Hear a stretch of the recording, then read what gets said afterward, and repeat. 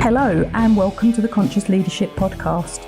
My name is Julie Hogbin and I am the creator of the 3 weekly episodes that are produced: Wealth Wednesday, the A to Z of Business on Friday, and a longer content piece or interview on a Monday. If you like what you hear, please share this podcast if you think it would support and help somebody else. Mental plasticity. And that's a statement to start a new episode with. And what does it really mean? When we want to do something different, we basically need to become someone different. And to become someone different, we need to think and behave differently. Seems so simple, doesn't it? And in reality, it can be. And for some, it will be tough. And it will be tougher for some than for others. And that really isn't a prediction of doom and gloom. And for some it will be. So my question is why? And I can hear you asking it. Because some people have more plasticity than others. And why does that happen?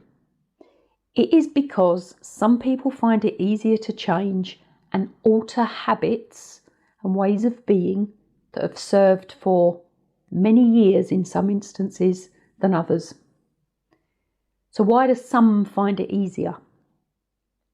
Because they have become more used to change, more prepared to change, see less risk in change, they are more creative, they are more determined, and they are more able to be uncomfortable. And so much more.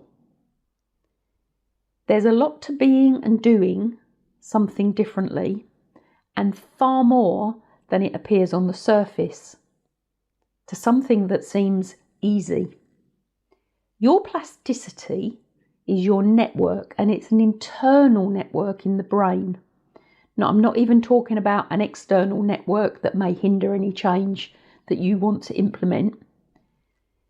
But your internal network, your plasticity, I can nearly say that word, it can change through growth and reorganisation. And what happens is the brain becomes rewired and re-engineered to function in some way that differs from how it previously functioned. So you're changing the wiring in your brain. And the rewiring allows you and provides you with the ability to change your activity in response to both intrinsic, so internal, or extrinsic, external stimuli by reorganising yourself. Simple, isn't it? So let me take you through a change, the process of change, the 5 stages of change. This is a famous piece of work by Dr. Kubler-Ross, who actually studied the grief cycle that people go through from death. And with any great piece of work, it gets commuted into all sorts of other pieces of work. And there are 5 basic stages from the original model. So I'll take you through them one by one and how this relates to you if maybe you're not doing something that you want to do. You see something you want, but you're not actually doing it. You know you want to change, but you don't actually do it. And here's the 5 stages, and I'll translate them into what it means for you with change. So the first stage is denial. And basically when you're in denial, it means that you are in shock, you're in fear. You basically believe that you can carry on doing what you've always done and get a different result.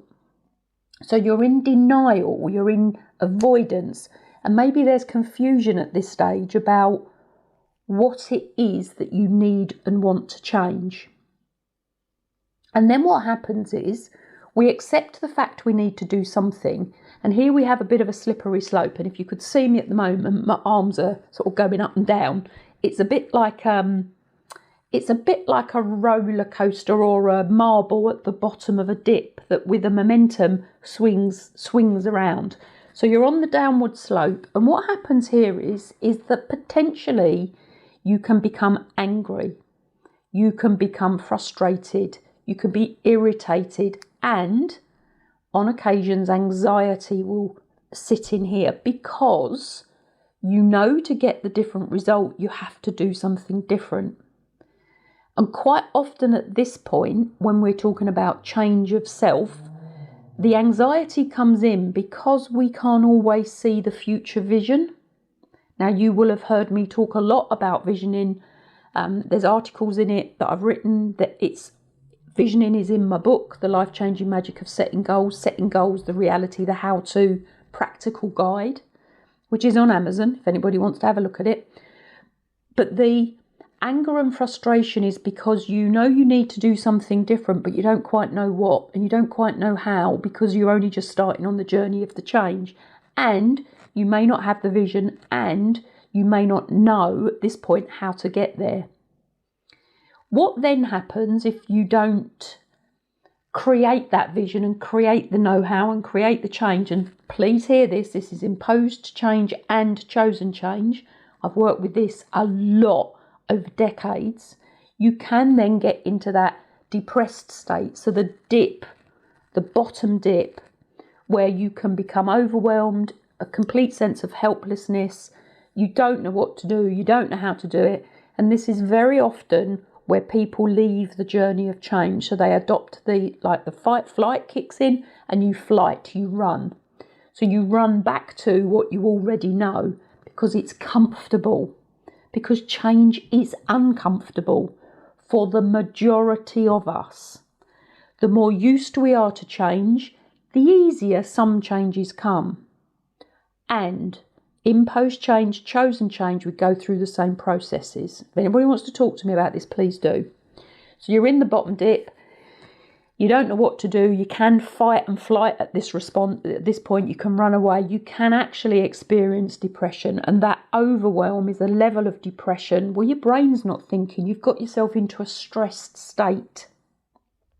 And again, wasn't going to do this as a pitch from a book, but I've got Stress the Reality is the second book I wrote in March 20, because I know there is going to be so much more coming through for people. The amount of pressure that's been on people over the last 2 years, imposed change, think about it. We've had no control over it, or very little control over it, puts us into a position of potential helplessness, depending on how we react to the change. And of course, as I mentioned right at the beginning with plasticity, how we are wired for change, what our risk profile is for change, for life in general, how much we trust, distrust, all comes into this. But we're at the bottom, and if we have the vision, we don't hit rock bottom. If we have that vision, we can cut across, we can cut that bottom really deep dip out, because we've got the vision, we've got the process, we've got the plan.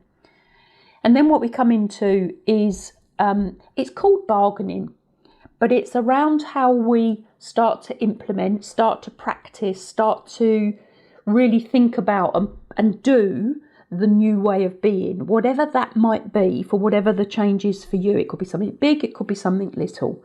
It could be a change of diet, it could be a change of exercise, it could be moving, it could be a change of relationship, it could be a change of a job, it could be becoming self-employed. But we start to test the waters to see how it works.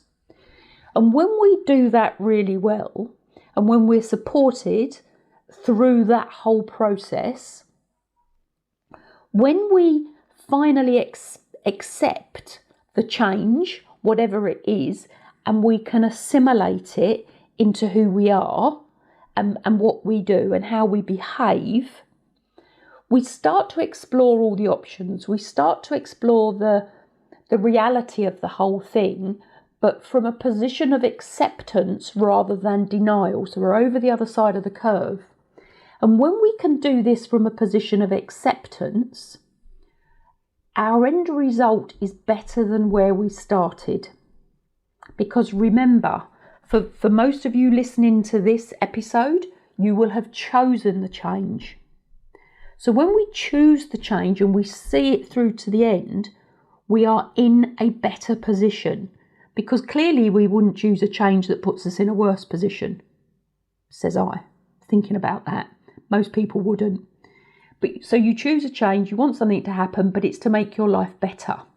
So when we get through the whole process and we accept the change and we accept the new ways of being that we've designed, we've rewired, we've engineered into our own internal plasticity, and that stimuli now kicks us off into the next level, whatever that might be, we are then more able to deal with the next change because we've already done it once. It becomes easier and easier the more you do it. And what I will say, dependent on the change, there's a whole nother thing on change I'll do, but dependent on the change, we will be absolutely up for change on some things and absolutely not up for change on other things. Now, this taps into our values, it taps into our belief systems, it taps into a lot of information that very often we don't even know exists because it's hardwired. It's, hardwired from an early age. So this was just a brief and quick episode that started off with mental plasticity and ended up with how you change something. And the only way we can change something about us, forget anybody else, because the only person we can control is us, is that we rewire us. The mental plasticity, the ability to be creative, the ability to do things different, the ability to have a vision that is not the one that we had before. So we create a vision. That mental plasticity, the ability to do that, serves us very, very well. So I wish you luck. If you want to reach out to me, please do. If you want to buy the books, please do. But this is Julie Hogbin with the most recent episode of the Conscious Leadership Podcast. If you like it, please share. Please enable people to hear this because we all need mental plasticity. We need it now more than ever for finance, for health, and for our spiritual well-being and growth, because then we are in more of a balance than potentially we are now, all of us, me included, and then we can create a better world for us, our families, our loved ones to live in. Anyway, Julie Hogbin signing off for now. Thank you for listening to this episode of the Conscious Leadership Podcast. If you have any questions, please contact me on any one of the social media channels. I'm on most of them, including Clubhouse and YouTube, and my books are on Amazon. If you would like a topic discussed, please tell me, and if you have found this information useful, please share and please leave a review.